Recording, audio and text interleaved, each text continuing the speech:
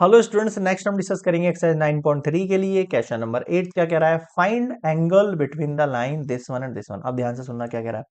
आपको angle between lines निकालना है, दिस वन। तो जो आपकी L1 लाइन है, मैं उसको थोड़ा सा चेंजेस कर रहा हूँ उसमें। क्या y को यहीं छोड़ रहा हूँ मैं, इसको उठा के उधर भेज रहा हूँ। तो -√3x और +1 ये यहीं पर है। L2 जो लाइन है उसे देखना आप, ये वैल्यू जो है √3y, √3y यही है, ये वैल्यू उठ के उधर जाएगी -x+1। ठीक है, √3 को नीचे भेज रहा हूँ, y की वैल्यू -1/√3x+1। अब आप इन दोनों कंडीशंस को कंपेयर करो। इसके लिए m1 की वैल्यू निकलेगी -√3 और इसके लिए m2 की वैल्यू निकलेगी -1/√3। ठीक है, ठीक है भाई, आगे बात समझ में। अब मेरी बात सुनना, आपको निकालना है एंगल। अब एंगल जो निकलेगा आपके पास, उसका फॉर्मूला क्या रहता है? tan theta equals to mod m2 - m1 upon 1 plus m1 m2 और इसका मोड। तो वैल्यूज यहाँ पर पुट कर दो आप। tan theta equals to m2 की वैल्यू होगी -1/√3 एंड m1 की वैल्यू होगी -√3, तो ये प्लस का √3 हो जाना है। 1 प्लस m1 का वैल्यू कितना है? -√3 और इसका वैल्यू है -1/√3। क्लियर है? ये वैल्यू भी उधर जाके नेगेटिव होगी, ये वैल्यू भी उधर जाके नेगेटिव होगी। सही है मामला। और ये मोड लगा हुआ है।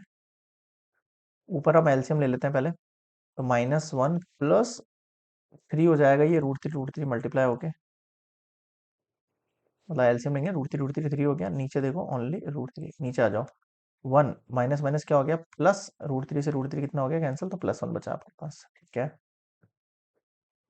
और देखो 3 में से 1 गया तो 2/√3, मोड लगा हुआ है। 1 + 1 कितना है? 2 है। ओके, तो यहाँ पर एक 2 भी है। ठीक है, ये 2 भी लगेगा, ये 2 से 2 कैंसिल आउट हो गए। tan थीटा की वैल्यू कितनी हो गई? 1/√3 हो गया। अब पता tan थीटा के अंदर √3 वैल्यू कहाँ होती है? tan 30 डिग्री के अंदर। tan से tan कैंसिल, थीटा की वैल्यू कितनी होगी? 30 डिग्री होगी। एंगल ही मांग रहा था। अब एक इंपॉर्टेंट चीज सुनना, थीटा की वैल्यू कितनी आ गई? 30 डिग्री। बट ये tan थीटा की वैल्यू है, ये हो सकता है इसके अंदर tan फाइव भी मांग रहा हो। ये tan फाइव याद है, मैंने आपको इंट्रोडक्शन पार्ट से कहा था, एक्सरसाइज 9.1 में ही करा दिया था मैंने, ये थीटा वाली एंगल बिटवीन टू लाइंस। तो tan फाइव की अगर भी कंडीशन आपसे मांग रहा हो, तो tan फाइव के अंदर क्या होती है कंडीशन? tan 180 minus theta. ठीक है, तो इस कंडीशन के अंदर थीटा की जो वैल्यू होगी वो 30 डिग्री हो जाएगी। और एक वैल्यू और हो सकती है आपके पास, 180 माइनस थीटा यानी 130, यानी कि 150 डिग्री भी आपका आंसर हो सकता है। तो दो आंसर निकलेंगे, ध्यान रखना आप।